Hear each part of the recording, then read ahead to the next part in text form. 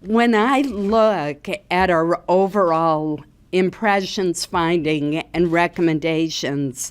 I'm left with one salient fact, and that is that the terrorists essentially walked into the compound virtually unimpeded and set it ablaze due to extremely poor security in a threat environment that the Undersecretary of State, Patrick Kennedy himself, has conceded was flashing red.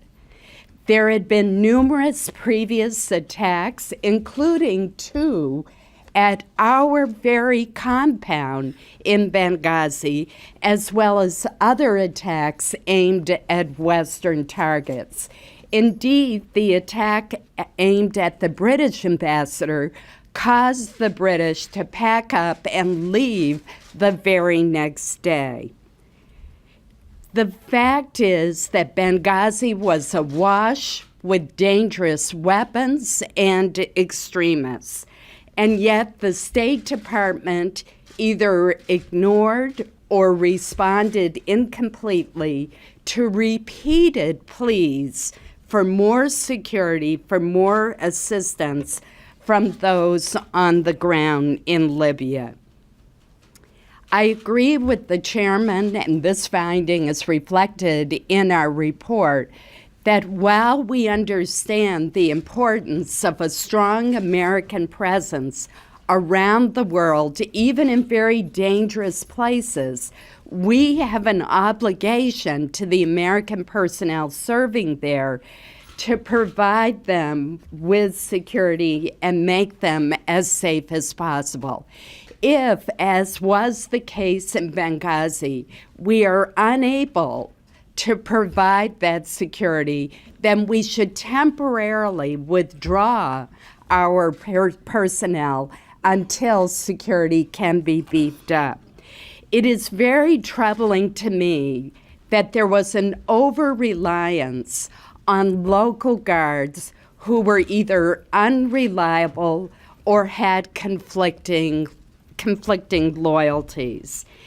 It is also unacceptable that the State Department failed to invest in relatively inexpensive security measures known as man traps that cost at most $55,000 and that were recommended in the wake of the 1998 bombings of our African embassies and in a 2009 Inspector General report that might well have slowed the swarm of attackers into the compound. That is a very troubling decision. Like Senator Lieberman, I am concerned that the Department of Defense did not have assets available that could come to the rescue in a timely fashion. Now, there was no chance, in my judgment, that the Department of Defense could have gotten to Benghazi in time to save the ambassador and Sean Smith because their deaths happened so quickly. But there were a number of hours that elapsed before the second attack that killed 2 of the security officers in the other compound, the annex that was part of the compound.